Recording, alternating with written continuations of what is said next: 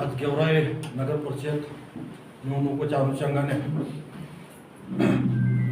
तमाम ओबीसी बांधवांच्या वतीनं गेवराई शहरामध्ये या पत्रकार परिषदेमध्ये सर्व पत्रकार बांधवांचं मनापासून अभिनंदन, तसंच सर्व ओबीसी बांधवांचं मनापासून अभिनंदन।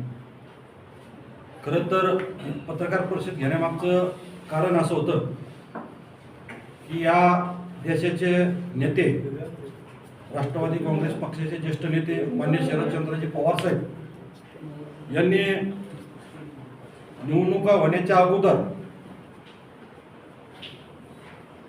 एक भूमिका जाहीर केली होती की ओरिजिनल ओबीसीच्या जागेवर ओरिजिनल ओबीसीला तिकीट द्या। त्या भूमिकेचं आम्ही स्वागतही केलं आणि माननीय शरदचंद्र पवार साहेबांनी दिलेला शब्द पाळला। आज या गेवराई शहराचं नगराध्यक्षपद हे ओबीसीला देत असताना नगराध्यक्ष पदाचे उमेदवार या आमच्या मुस्लिम समाजात जरी असल्या तर आमचं ओबीसीचं या महाराष्ट्रात काम करत असताना आम्ही जिथं जिथं सभा घेतल्या त्या सभेमध्ये आम्ही डिक्लेअर केलं की ओबीसीचं मत ओबीसीलाच गेलं पाहिजे। जिथं ओबीसी असेल तिथं ओबीसीला, जिथं एससी असेल तिथं एससीला, आणि जिथं मुस्लिम असेल तिथं मुस्लिम समाजाला आपण मत दिलं पाहिजे ही आम्ही या महाराष्ट्रात भूमिका घेतलेली आहे। आणि त्याच अनुषंगाने आजचा आमची पत्रकार परिषद आहे। या गेवराई नगर परिषदचे नगराध्यक्ष पदासाठी बागबान जकीन जान मनमत या आमच्या महिला भगिनी इथं नगराध्यक्ष पदासाठी उभा आहेत आणि या गेवराई शहरातल्या तमाम ओबीसी बांधवांना आम्ही विनंती करण्यासाठी या गेवराई शहरात आलेलो आहे। आम्ही ओबीसी बांधव असतील आमचे, या गेवराई शहरातील आमचे दलित बांधव असतील आणि या शहरातील आमचे मुस्लिम बांधवांना आमची हातून नम्र विनंती राहील की आपण नगराध्यक्ष पदाचे आमचे जे काही उमेदवार आहेत बागबान जमीन जान मोहम्मद यांच्या पाठीमागं खंबीरपणे उभा राहून येणाऱ्या 2 तारखेला त्यांच्या समोरचं बटन दाबून त्यांना या गेवराई नगर परिषदचं नगराध्यक्ष पदाची सेवा करण्याची संधी आपण सगळ्यांनी मिळून त्यांना द्यावी ही विनंती करण्यासाठी आम्ही आज गेवराई शहरामध्ये आलो। गेवराईमध्ये कारण अगदी काही अंतरावरच नवनाथ वाघमारे आहेत आणि त्या ठिकाणाहून ते येऊ शकतात इथं बैठकीला, त्यांच्यासोबत काही बैठक वगैरे होऊ शकते। नक्कीच आम्ही त्याच्यासोबत बोलण्याचा प्रयत्न करू, होता ते उद्या संध्याकाळपर्यंत एक बैठक टाकायचा 100% प्रयत्न करू, पण आम्ही त्यांचे जवळचे सहकारी आहोत। आम्ही त्यांचा आदेश घेतल्याशिवाय बोलणार नाही, आम्ही त्यांच्या आदेशानुसारच चालणार आहे। आम्ही सगळे सहकारी आहोत। नगरपालिका निवडणुकीनिमित्त जी पवार गटांनी जी भूमिका घेतलेली आहे तीच भूमिका जर योगातल्या निवडणुका आहेत जसं की जिल्हा परिषद पंचायत समिती असेल तर तुमचा पाठिंबा राहील त्यांना? नक्कीच जिथं जिथं ओबीसीच्या शरद पवार गटासाहेबांचंच नाही, जिथं जिथं ओबीसीचे उमेदवार उभा राहतील, मग ते भाजपकडून राहतील, काँग्रेसकडून राहतील किंवा शरदचंद्र पवार गटाकडून राहतील, तिथे तिथे आम्ही ओबीसीच्या लोकांचं जाऊन काम करणार आहोत, तिथे जाऊन सभा घेणार आहोत, तिथं लोकांना जागृत करण्याचं काम करणार आहोत की ओबीसीचं मत हे ओबीसीलाच गेलं पाहिजे। म्हणजे पवारांचा आणि ओबीसीचा वाद शमला या निमित्तानं म्हणता येईल का? नाही, असं म्हणता येणार नाही। मुळात वादच काय होता आमचा त्यांच्या भूमिकेलाच आमचा विरोध होता, फक्त भूमिकेला की शरदचंद्रजी पवार साहेबांनी आपली भूमिका ओबीसीच्या बाबतीत स्पष्ट केली पाहिजे, या भूमिकेला आमचा त्यांचा विरोध होता, बाकीचा विषयच नाही। मला वाटतं भाजप तुमचं म्हणणं बरोबर आहे, आमचा तो गैरसमज होता। भाजपचं म्हणत होतं ना की ओबीसी आमचा DNA, पण आता मला वाटतं भाजपचा DNA चेंज झालेला आहे, त्याच्यामुळं आमचा भाजपवरला विश्वास उठलेला आहे।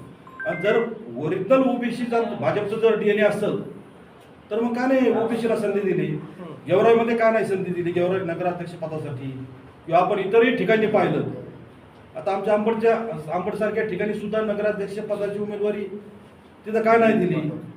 आता तुम्हाला 1-8 दिवसापूर्वी मान्य प्राध्यापक लक्ष्मण हाके सरांचा कार्यक्रम झाला बारामती तालुक्यामध्ये, 10 दिवसापूर्वी जे आमच्या अंबड तालुक्यातलं रोहिलागड सर्कल आहे त्या रोहिलागड सर्कलला ओबीसीला जागा सुटलेली आहे. आणि जालना जिल्ह्याचं जिल्हाध्यक्षपद हे ओबीसी महिलांसाठी राखीव आहे. तर तिथं भाजपने आताच उमेदवार डिक्लेअर करून टाकला. मग कुठं गेला ओबीसीचा? भाजप जे म्हणते आमचा ओबीसी DNA कुठं गेला? आज अंबड शहरात एकाही धनगराला आणि एकाही ओबीसीला नगर परिषदमध्ये संधी दिल्या गेली नाही. मग आमचा जन्म काय फक्त भाजपला मत देण्यात पुरता झाला काय? आणि आता आमची काय ताकद आहे ओबीसीची ही भाजपला आणि बाकीच्या पक्षाला कळत. तसं म्हणता येणार नाही. कारण त्याचं कारण असं आहे की महाराष्ट्रात जवळपास सगळीकडं जिथं जिथं ओबीसी चेहरे दिलेत, मग तो कुठलाही पक्ष असो, आम्ही कुठल्या पक्षाचं समर्थन करण्यासाठी इथं आलो नाही. आम्ही फक्त ओबीसी चेहरा ज्या पक्षाने दिलाय त्या ओबीसी चेहऱ्याला पाठिंबा देण्यासाठी आज महाराष्ट्रात अशा बऱ्याच ठिकाणी झालंय की नागपूरचं अंबड असं, इकडं महाराष्ट्रात बऱ्याच ठिकाणी. मग काल आम्ही प्राध्यापक लक्ष्मण हाके सरांसोबत चर्चा केली. त्यांच्यासोबत चर्चा करत असताना आमची भूमिकाच मुळात ओबीसीची भूमिकाच ती आहे की जिथं ओबीसीचा उमेदवार असेल तिथं आपण पाठिंबा दिला पाहिजे. आणखी कुठं कुठं तुम्ही अशा पद्धतीने पाठिंबा दिलाय आणि पत्रकार परिषद सुरू केल्या? आता एक पत्रकार परिषद नाही घेतल्यात, पण जिथं जिथं ओबीसी उमेदवार आहेत या महाराष्ट्रात तिथं तिथं आमच्या ओबीसीच्या कार्यकर्त्यांना, आमच्या ओबीसी बांधवांना फोनद्वारे आम्ही संदेश देण्यास सुरुवात केली की ओबीसीचं मत ओबीसीलाच गेलं पाहिजे. इतर ठिकाणी फोनद्वारे संदेश आणि इथं मात्र जाहीर तुम्ही इथं या ठिकाणी येऊन पत्रकार परिषद घेताय, बैठक घेताय. काय नेमकं गेवराय एवढं समीकरण? त्याच्या मागचं कारण असं आहे की आपण गेल्या 25-30 वर्षापासून जर पाहत असाल, मग या गेवराई तालुक्याची आमदारकी असेल, या गेवराई तालुक्याचं नगराध्यक्षपद असेल, हे 2 घराशिवाय 3ऱ्या घरात आतापर्यंत गेलेलं आपण पाहिलं नाही. पवार झाले की पंडित, पंडित झाले की पवार. मग आमच्या जर सर्वसामान्य लोकांना ही जर संधी भेटली तर त्या संधीचं सोनं करण्यासाठी खरं तर आम्ही आता गेवराईमध्ये पत्रकार परिषद घेतोय. आणि नक्कीच या गेवराई शहरातला तमाम ओबीसी बांधव, मुस्लिम बांधव, दलित बांधव ही सेवा करण्याची संधी आमच्या नगराध्यक्ष पदाच्या उमेदवाराला देतील याची मला 100% खात्री आहे. मागील काही दिवसांमध्ये या ठिकाणी स्वतः लक्ष्मण हाके देखील आले होते आणि त्यांनी ओबीसीची एकजूट केली होती आणि स्थानिक स्वराज्य संस्थेच्या निवडणुकीमध्ये ओबीसी समाज जो आहे तो देखील आपली हे दाखवून दिला असं देखील म्हटलं. नगरपालिका निवडणूक ही पहिलीच पायरी म्हणावी का? इतर देखील निवडणूक काय सांगा? नक्कीच पहिलीच पायरी येणाऱ्या हो घातलेल्या आता जिल्हा परिषद पंचायत समितीच्या डोळ्यासमोर आहेच आमच्या. पण आता ही आमची पहिली स्टेप आहे आणि ह्या पहिल्या स्टेपमध्ये नक्कीच आम्हाला जसं प्राध्यापक लक्ष्मण हाके सरांनी सांगितलं तर नक्कीच आम्हाला आता या महाराष्ट्रात कुठं कुठं यश मिळतंय हे पाहणं सुद्धा आमच्यासाठी उत्सुक आहे. या निमित्तानं पंडित आणि पवारांची कोंडी ओबीसी समाज करतोय असं देखील पाहायला मिळते. कोंडी करण्याचं कारणच काही नाही ना. जर पंडितांनी पवारांनी ओबीसी समाजाला नेतृत्व करण्याची संधी दिली असती तर आम्ही त्यांच्या प्रचारासाठी सुद्धा आज गेवराईत आलो असतो. पण त्यांच्याकडनं आम्हाला ही संधीच भेटत नाही ना. मग आम्ही काय, आमचा जन्म काय फक्त त्यांना मतदान करण्यासाठी झालाय का? मतदान करण्यापुरतं झालाय का? आमच्या आतापर्यंत गेल्या 30-40 वर्षात आम्ही जे या गेवराई राजकारण पाहतोय या 2 घराशिवाय राजकारण नाही. मग जर आमच्या मुस्लिम भगिनीला जर या गेवराई शहराची सेवा करण्याची संधी जर शरदचंद्र पवार गटाने दिली असेल तर नक्कीच आम्हाला त्याचा आनंद आहे. आम्ही याच्या अगोदरही पवार साहेबांनी जी भूमिका घेतली की ओरिजिनल ओबीसीच्या जागेवर ओरिजिनल ओबीसीलाच उमेदवारी द्या, त्याचं आम्ही स्वागतही केलं. त्याचा उपयोग कुठेतरी आता तुम्ही राजकीय कारणासाठी करताय, थेट अशी पत्रकार परिषद घेताय. कुठल्या तरी ज्या पक्षानं आपली भूमिका स्पष्ट केली नाही आरक्षणाच्या बाबत ओबीसी, त्या पक्षाच्या उमेदवाराला तुम्ही पाठिंबा देता. उमेदवार डिक्लेअर जरी नसेल केली तर सगळं येतं ते राजकीय याच्यावर येतंय ना. भूमिका जाहीर हो ना. भूमिका जाहीर करण्यामागचं कारणच हे ना. जर आमचे लोक जिथं समजा सत्ता भोगण्याचं का हे आहे, आता नगराध्यक्षपद झालं म्हणजे या गेवराई शहराला कुठंतरी आम्हाला न्याय देता येईल. जर या पदावरच आम्ही जाऊन बसणार नसेल तर आम्हाला ओबीसीला न्याय द्यायचा काही विषयच नाही ना. मग इथं ओबीसीच्या हातात काय आहे? मग त्यासाठी राजकारण हा पर्याय आहे. आमची लढाई तर आरक्षणाची लढाई तर चालूच राहणार आहे, पण शेवटी राजकीय पदावर जाणं सुद्धा तितकंच महत्त्वाचं आमच्यासाठी असं. तुम्ही आता या ठिकाणी पत्रकार परिषद घेताय, ज्या उमेदवार असतील किंवा त्या उमेदवाराचे कोणी प्रतिनिधी असतील यांनी ओबीसी आंदोलनात एखाद्या सहभाग घेतलाय का? ओबीसीच्या आरक्षण प्रश्नावर आवाज उठवलाय का? असा काही पुरावा तुमच्याकडे आता आहे? नाही, त्यांनी जरी ओबीसी आंदोलनात सक्रिय सहभाग घेतला नसेल तर आमचं आज ओबीसीचं काम करत असताना आम्ही ओबीसीचे सर्वसामान्य कार्यकर्ता असताना आमचं काम बनतंय. ठीक आहे, त्यांच्याकडनं चुकलं असेल किंवा त्यांनी सहभाग घेतला नसेल, पण आमचं काम आहे की आम्ही आमच्या ओबीसी समाजाच्या आमच्या महिला भगिनीला इथं पाठिंबा देणं. कारण जोपर्यंत राजकीय याच्यात आम्ही बसणार नाही, राजकीय त्या खुर्चीवर जाणार नाही, तोपर्यंत आम्ही आमच्या लोकांना न्याय देऊ शकत नाही. जे 2 ओबीसीचे नेते तुमच्या सर्कलमध्ये येऊन आंदोलन केलं, त्या ठिकाणी तुम्ही त्यांना सर्वतोपरी मदत केली, पण आज या बैठकीला ते उपस्थित नाहीयेत, काय करणार? कोणते नेते? लक्ष्मण हाके आणि नवनाथ वाघमारे. लक्ष्मण हाके आणि नवनाथ वाघमारेचे सहकारी आम्ही सगळे आहेत ना. मग ते का नाही? आणि त्यांच्या मागं महाराष्ट्राचा दौरे आहेत. आज त्यांच्या मागं महाराष्ट्राची जिथं निवडणूक आहे ते जाऊन जे ओबीसी समर्थनच करतात. मी तुम्हाला पहिल्यांदा सांगितलं की आम्ही इथं पक्ष पाहायला आलो नाही. इथं ज्या पक्षाने आमच्या लोकांना उमेदवारी दिली याचा आम्ही प्रचार करण्यासाठी गेवराई शहरात आलो. म्हणजे थोडक्यात तुम्ही शरद पवार गटाला या ठिकाणी पाठिंबा देत आहे? शरद पवार गटाने जी भूमिका अगोदर जाहीर केली, माननीय शरदचंद्र पवार साहेबांनी निवडणुका होण्याच्या अगोदरची भूमिका जाहीर केली, ओरिजिनल ओबीसीच्या जागेवर ओरिजिनल ओबीसीलाच उमेदवारी द्या, त्याचं आम्ही समर्थनही केलं, स्वागतही केलं. मग थोडक्यात जर आपण म्हणलं तर बीडमध्ये जे वातावरण होतं 2-3 महिन्याच्या आधी मराठा वर्सेस ओबीसी, त्याचं कुठं तर आता मेळ लागायचं काम झालेलं. म्हणजे तुम्ही जे अंडरस्टँडिंग घेतली, शरद पवार गटाने आमची ओबीसी सीट दिली म्हणून त्यांना पाठिंबा, म्हणजे कुठं तर संपत आलं. नाही, असं कसं म्हणता येईल? उलट आत्ताशी की सुरुवात झाली. आत्ताशी तर आमच्या लोकांना उमेदवारी भेटायला लागल्यात ना. आम्हाला विचार घेण्यात म्हणजे ओबीसीला विचारात घेण्याची सुरुवात आत्तापासून झाली असं म्हणायला हरकत नाही. गेवराईपासून तसं म्हणता येणार नाही. कारण त्याचं कारण असं आहे की महाराष्ट्रात जवळपास सगळीकडं जिथं जिथं ओबीसी चेहरे दिलेत, मग तो कुठलाही पक्ष असो, आम्ही कुठल्या पक्षाचं समर्थन करण्यासाठी धावलो नाही.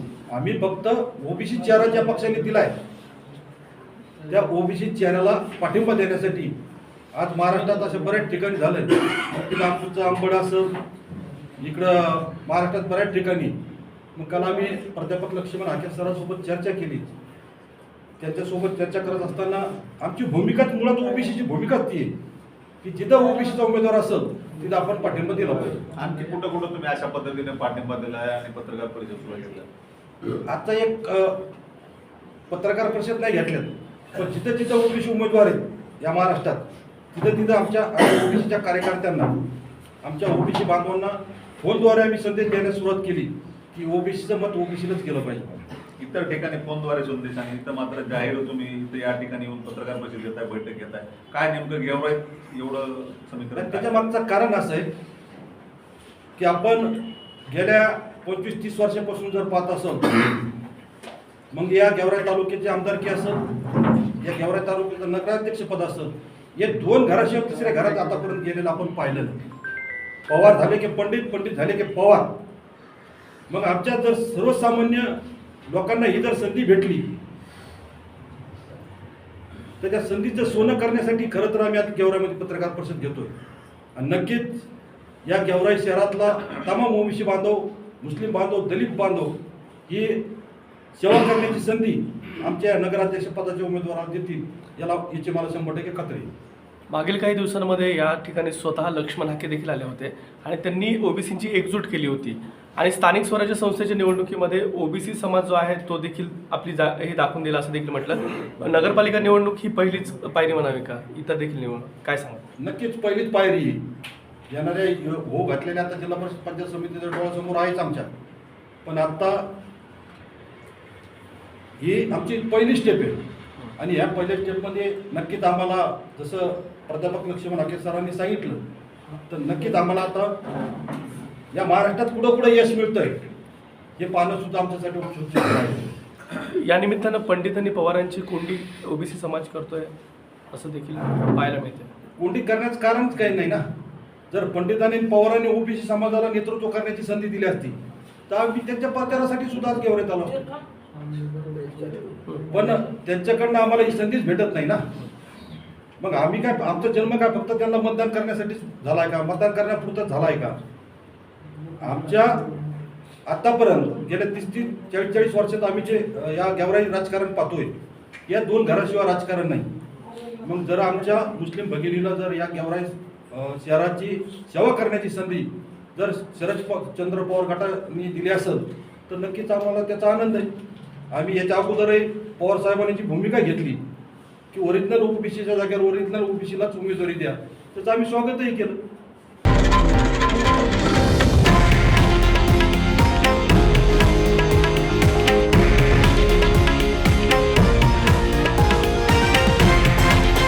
हे आहे देशातील नंबर 1 न्यूज नेटवर्क आणि आपण पाहत आहात TV9 मराठी, एकमेव.